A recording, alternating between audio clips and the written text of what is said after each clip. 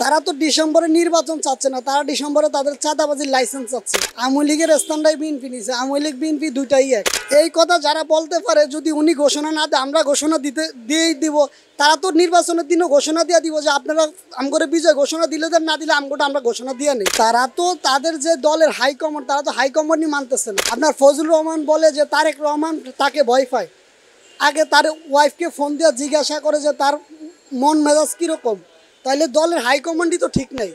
আপনার যে দল, আপনার দলের তো আপনি নিজেই দল গোছাইতে পারেননি। আগে আপনার দল সংস্কার করেন, পরে নির্বাচন করেন। আমরা চাই আগে সংস্কার পরে নির্বাচন। উনি পদত্যাগ করতে চাইলে তো উনি করতে পারবে না। ওনাকে তো দেশের জনগণ, ছাত্র জনতা মিলে ওনাকে বসাইছে। উনি পদত্যাগ করতে হলে সবার মতামত নিয়ে পদত্যাগ করতে হবে। উনি এককভাবে চাইলে তো পদত্যাগ করতে পারবো না। অবশ্যই আমরা সংস্কার চাই। দেশের 52 বা 53 বছর দেশ গঠনের ইতিহাসে এখন পর্যন্ত যতগুলা নির্বাচন হয়েছে কোনো সংস্কার হয়নি, নির্বাচনই হয়েছে। নির্বাচন, চাঁদাবাজি, লুটপাট এইসব কিছুই চলে। আমরা চাই আগে সংস্কার পরে নির্বাচন। তারা তো ডিসেম্বরে নির্বাচন চাচ্ছে না, তারা ডিসেম্বরে তাদের চাঁদাবাজির লাইসেন্স চাচ্ছে।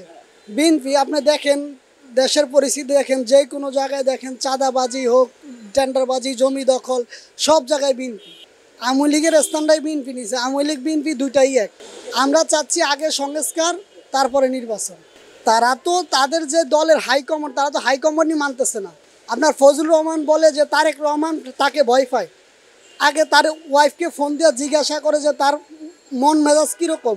তাইলে দলের হাইকমান্ডই তো ঠিক নেই।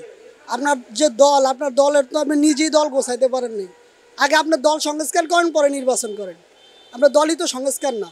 আপনার যদি তৃণমূল পর্যায়ে যদি আপনার কথা যদি না শোনে, আপনার যদি দলের লোক না শোনে, তাহলে তো আপনার দলই তো গোছ নেই।